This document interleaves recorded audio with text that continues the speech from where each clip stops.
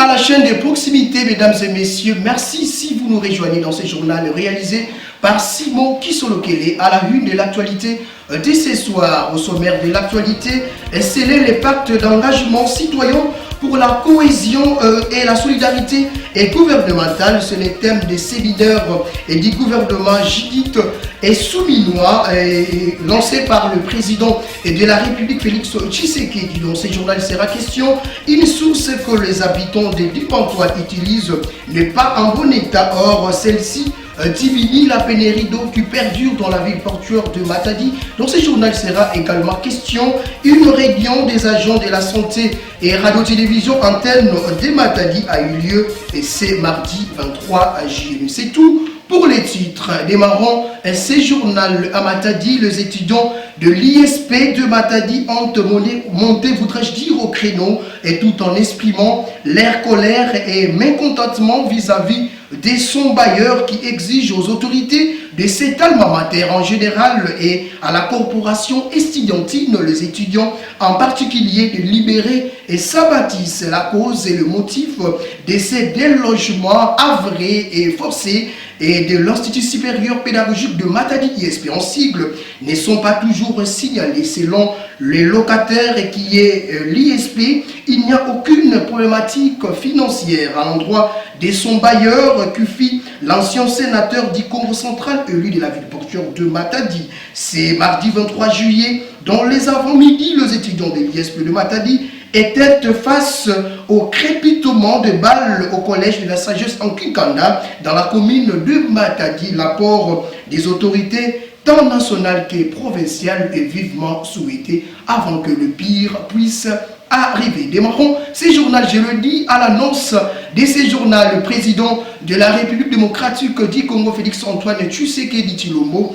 a lancé les travaux des séminaires du gouvernement Judith Souminois placés sous les thèmes sceller le pacte d'engagement citoyen pour la cohésion et la solidarité gouvernementale. Ces travaux consistent à améliorer l'exécution des tâches des différents membres du gouvernement. Les 10 travaux poursuivent son bonhomme déchement. C'était le dimanche dernier 19 juillet que ces travaux a été lancés par le premier citoyen du pays, nos confrères de la RTNC. Des sourires, des accolades, des poignées de mains appuyées, c'est l'image d'une équipe gouvernementale qui se veut soudée pour bien remporter des victoires. Et près de 2 mois après la publication du gouvernement souminois, c'est ce dimanche 19 juillet 2024 que ses membres au grand complet se sont réunis dans la salle de congrès du Palais de la Nation à l'occasion de la cérémonie d'ouverture d'un séminaire gouvernemental. Ce cadre devra notamment permettre aux séminaristes de transformer en acte le programme gouvernemental calqué sous la vision du chef de l'État. Arrivé en début de soirée au Palais de la Nation, le président de la République Félix Antoine Tshisekedi Tshilombo est venu présider ces importantes assises. Son discours d'orientation a décortiqué le thème de ces séminaires de 3 jours, à savoir sceller le pacte d'engagement citoyen pour la cohésion et la solidarité gouvernementale. Dès l'entame, le chef de l'État a exprimé son attachement pour ces assises. Le peuple congolais nous a honorés en nous accordant une fois de plus sa confiance lors des dernières élections, offrant au passage une majorité parlementaire confortable à notre coalition. Cette confiance renouvelée n'est pas seulement un honneur, mais surtout un impératif de redevabilité pour nous tous. Elle nous oblige à une action déterminée et résolue. Nos concitoyens attendent des résultats tangibles, des changements concrets dans leur quotidien et nous devons être à la hauteur de leurs aspirations. Pour mieux atteindre les résultats attendus, le président Tshisekedi rappelle aux membres du gouvernement que des évaluations périodiques seront effectuées. J'ai également annoncé que des évaluations périodiques seront effectuées pour mesurer la performance de chaque membre du gouvernement par rapport aux résultats attendus. Cela nous permettra de prendre des décisions nécessaires.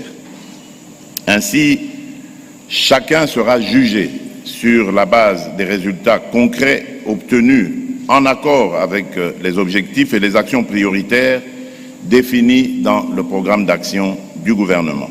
Les défis à relever par cette équipe ont été clairement cernés par le premier citoyen du pays. Nous devons nous attaquer avec engagement aux questions de développement, de gouvernance et de justice sociale. Nous devons travailler ensemble dans un esprit de coopération, d'efficacité et de transparence. Un mot aux experts et aux intervenants qui animeront les différents modules de formation. Le président de la République les a invités à apporter leur savoir-faire avec professionnalisme. Le baisser des rideaux de ces séminaires ouverts ce dimanche aura lieu le mardi prochain.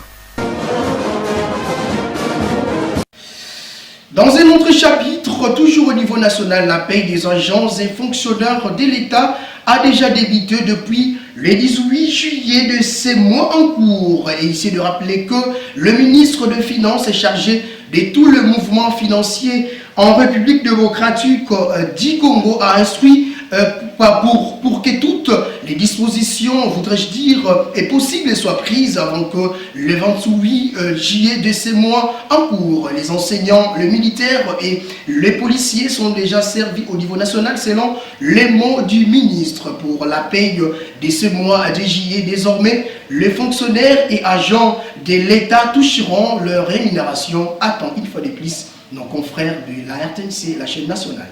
Enseignants, militaires et policiers sont déjà servis pour la paie du mois en cours. Ces secteurs prioritaires sont présents par rapport aux autres catégories. Cette paie qui a commencé le jeudi 18 juillet 2024 se poursuivra jusqu'au 28 juillet. La précision vient du président intérimaire du comité de suivi de la paie, Yannick Issassi. Ces comités préconisent que ces antennes provinciales soient redynamisées afin que les fonctionnaires de l'intérieur du pays soient payés dans le délai conformément aux vœux exprimés par le chef de l'État Félix-Antoine Tshisekedi Tshilombo. Du reste, le ministre des Finances, Doudou Fwambali Koundé Libotaï, veille à l'application de cette promesse du chef de l'État de voir les fonctionnaires toucher leur rémunération à temps. L'Argenté national a instruit la corporation bancaire quant à ce. Des ministères à un autre, mesdames et messieurs, le ministre de l'Industrie a rencontré la communauté de ressortissants de l'Ituri. La quintessence de la dite rencontre était focalisée sur la sensibilisation de sa population et basée sur les rapports entre l'industrialisation, le développement et la restauration de la paix. Et l'industrialisation n'a pas pour seule vocation du développement d'un pays ou à une petite échelle, mais c'est aussi un moyen pour lequel on peut sans doute appuyer pour ramener la paix. Suivez. L'industrialisation n'a pas pour seule vocation le développement d'un pays ou à une petite échelle, mais c'est aussi un levier sur lequel on peut s'appuyer pour ramener la paix. Ces objectifs ne peuvent être atteints que dans un environnement où les vertus les mieux partagées demeurent le patriotisme, la méritocratie, l'intégrité et l'honnêteté.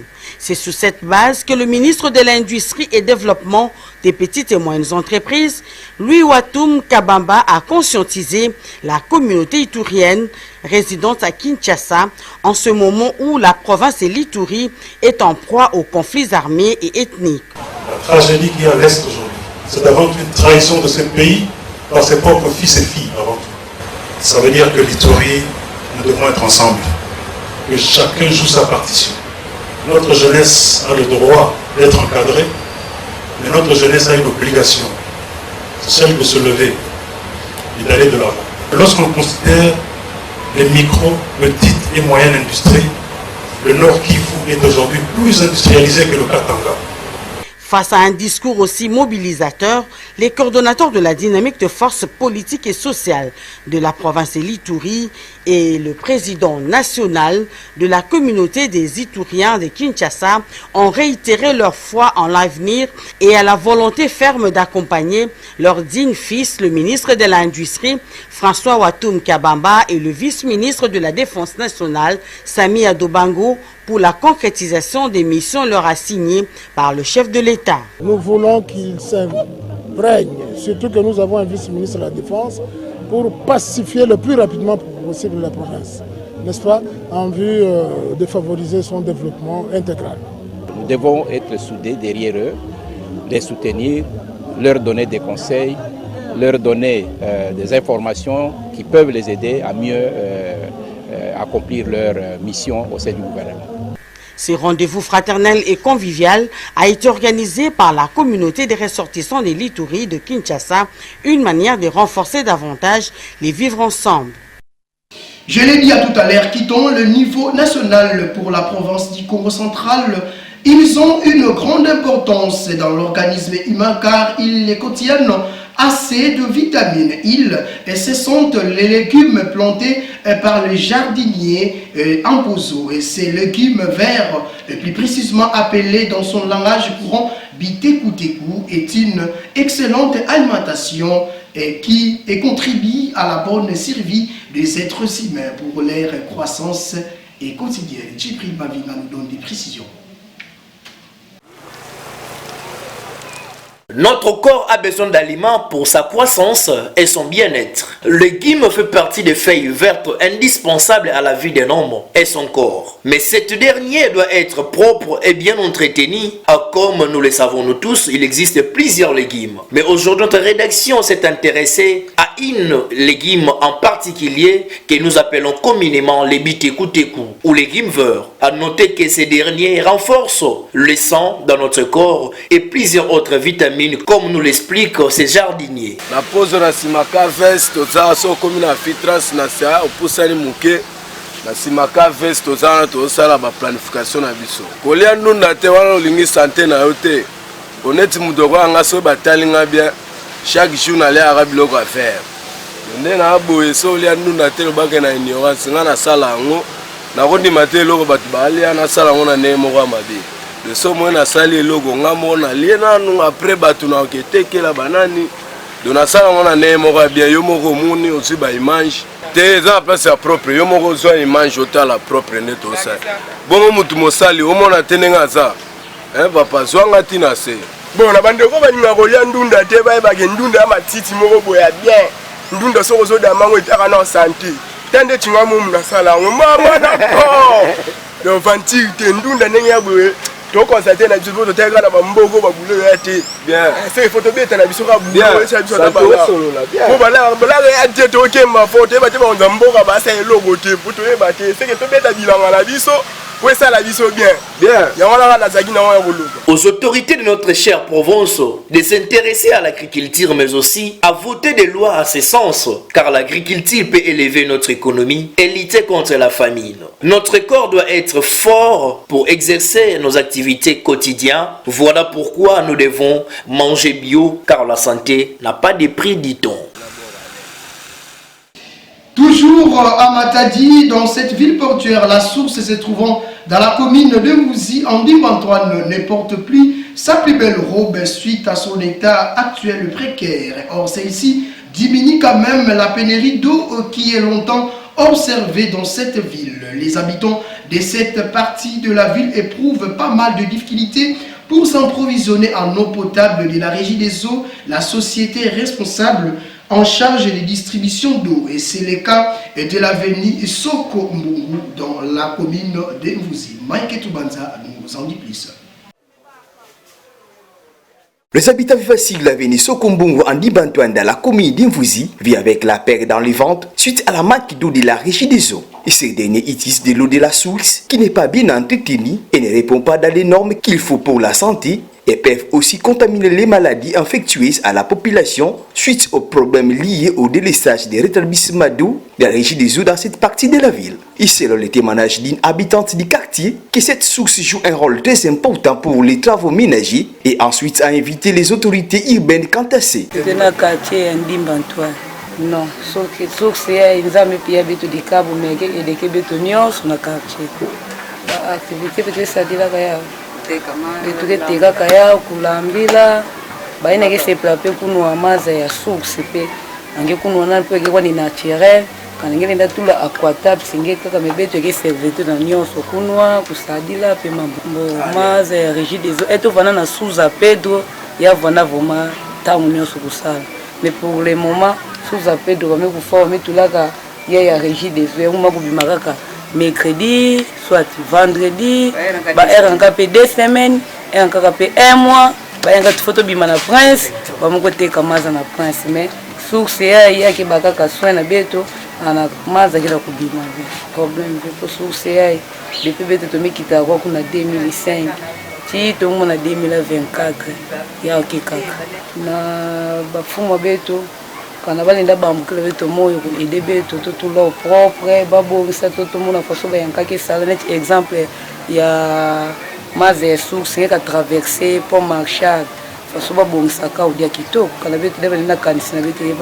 Il est donc demandé aux responsables de la société Regideso de placer un programme régulier pour le rétablissement d'eau dans ces coins de la ville portière. Et dans un autre chapitre, les coins et recoins du chef-lieu de la province du Congo central et Matadi, le siège des institutions provinciales, sont fortement ravagés par la situation basée à l'insalubrité qui ne cesse de rester en slogan coutume dans la ville portuaire montagneuse. Et c'est le cas du dessous du pont jeté non loin des stations totales sur la route nationale numéro 1. Diensumbu pour plus de précision. En République démocratique du Congo en général et à Matadi en particulier, vivre avec les déchets ménagers plastiques, spécialement les bouteilles, les caniveaux, les rivières, les avenues ou encore les riz sont transformés en poubelles géantes où tout le monde jette à paysage sans inquiéter. En Pozo de la commune de Matadi, en frontière avec les territoires de Songololo, on trouve un pont en dessus, l'insalubrité bat son pli, comme vous pouvez le voir sur ces images de la Santé Radio Télévision. En principe, le civisme devrait être dispensé depuis l'école maternelle. En principe, c'est du savoir-vivre, du savoir-faire.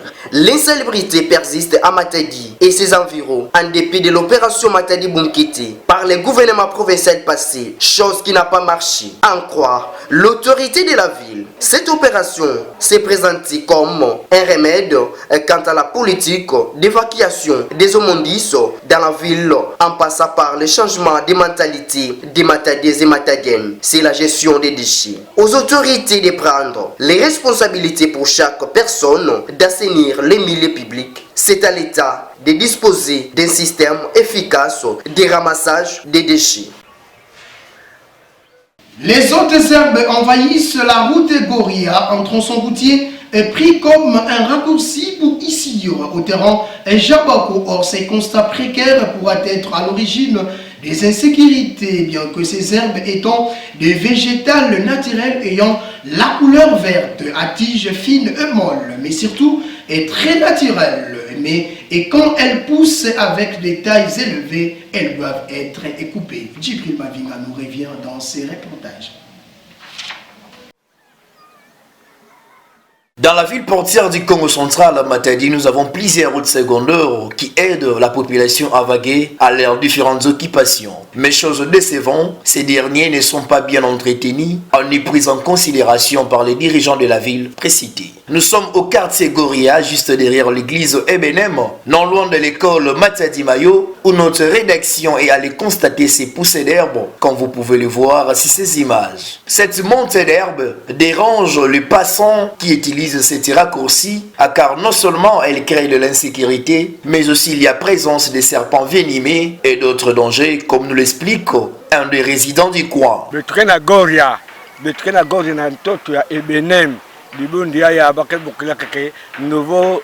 Église beau message. Nous avons que l'État de renforcer ça, nous avons vendre mbote, ça nous avons que vendre mbote. Batu marvanga imbi. Moi balenda kota kwako, ikele vimate balenda swamina, mena matiti ya mutundu yai. Wa mutundu betulinda sikasadile.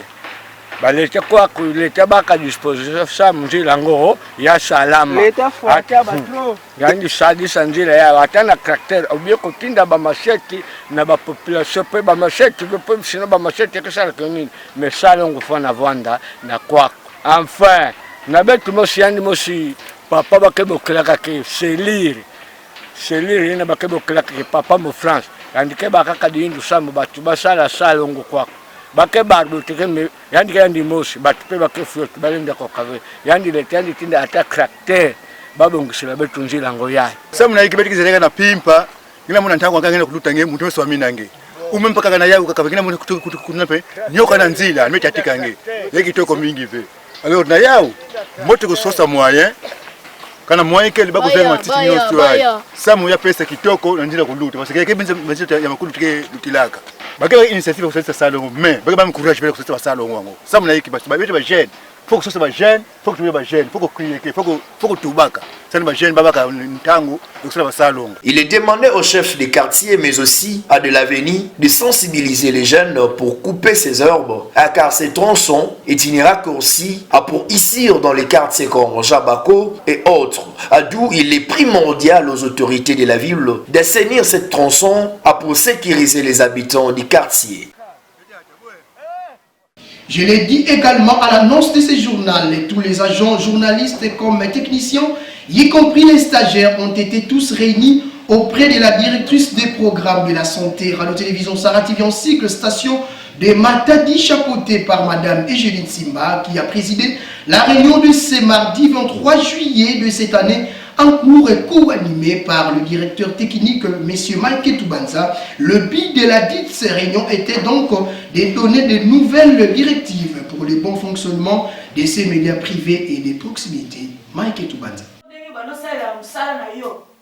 Une réunion de service a été organisée à l'enceinte de Sarah TV Matadi ce mardi 23 juillet 2024. Raison pour un développement intégral de la santé radio-télévision Congo Central, mais aussi pour le renforcement des capacités de ses agents. Avec aux commandes son directrice des programmes Eugénie Timba et son adjoint Mike Toubanza pour les soucis d'atteindre sa vitesse de croisière. Les moments forts ont sanctionné la dite réunion, à savoir la prière de vêtis par Djibril Mavinga, suivi de la lecture des comptes rendus par Kenneth Kimbeya, de la formation de Septembre Désert, suivi à Kimpisi par son directeur général et référent Père Ibere Ngwamou, sur le marketing et la leadership. Prenant la parole, la directrice des programmes a insisté sur la piste de conscience du travail, le respect, mais aussi pour les négligences de cette dernière. Mais le déjà l'indiqué, biso no soto kota na idéologie na yi, tokota na idéologie na yi, idéologie. Et yeta moitié, et loko na ye loko la Sarah l'onion arnatal. Azozela ba revenir zongela. Bon, écoute, pour que mais ça ça.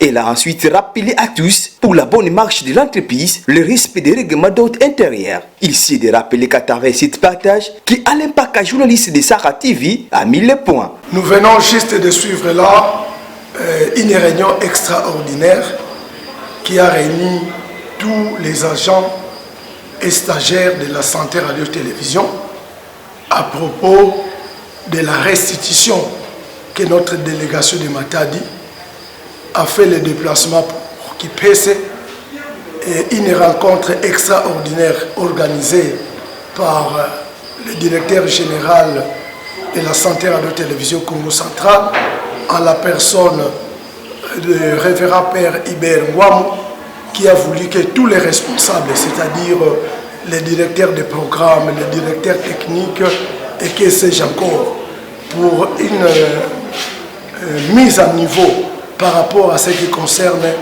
le leadership et puis le marketing, à chercher des partenaires pour venir soutenir la télévision et appuyer leurs contributions morales, financières, matérielles pour que les choses aillent de l'avant.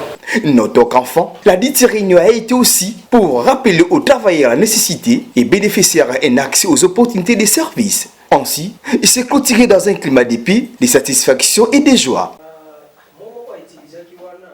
Voilà, ce parcellement lié à la réunion des agents et techniciens, journalistes de la santé, radio-télévision et les stagiaires que nous avons mis en point final aux informations au niveau local. Rendons-nous au niveau continental grâce à la section des Simon Kisolokele sous la conduite de Djibril Mavinga. Au moins 146 personnes ont perdu la vie dans des coulées de boue survenues dans une région isolée du sud de l'Éthiopie. Les secours parviennent difficilement à prendre en charge les victimes du district de Gezegofa, une zone rurale isolée et vallonnée, située à plus de 450 km de la capitale éthiopienne Addis Abeba. La majorité des décès ont eu lieu lundi matin, lorsque de nouvelles coulées de boue ont enseveli les habitants, alors que les secouristes étaient encore à la recherche de survivants d'un précédent glissement de terrain survenu la veille. 5 personnes ont pu être extraites vivantes de la boue, selon Dagmaoui Ayele, un administrateur local. Il y a des enfants qui serrent des cadavres dans leurs bras, ayant perdu toute leur famille, y compris leurs parents et leurs frères et sœurs, a-t-il ajouté, soulignant l'ampleur tragique de la catastrophe. Ce bilan provisoire pourrait s'alourdir selon les autorités locales. Les glissements de terrain sont fréquents en Éthiopie pendant la saison des pluies qui a débuté en juillet et devrait se poursuivre jusqu'à la mi-septembre. Face à l'afflux massif de migrants, ce mardi, le Parlement espagnol se prononcera sur une proposition de loi qui obligerait d'autres régions à prendre en charge des mineurs actuellement bloqués aux îles Canaries dans des conditions désastreuses. En vertu de la législation espagnole, les autorités régionales où les enfants arrivent sont responsables de leur tutelle. Mais le gouvernement des îles Canaries se dit débordé avec plus de 5500 mineurs, soit bien plus que sa capacité d'accueil de 2000 personnes.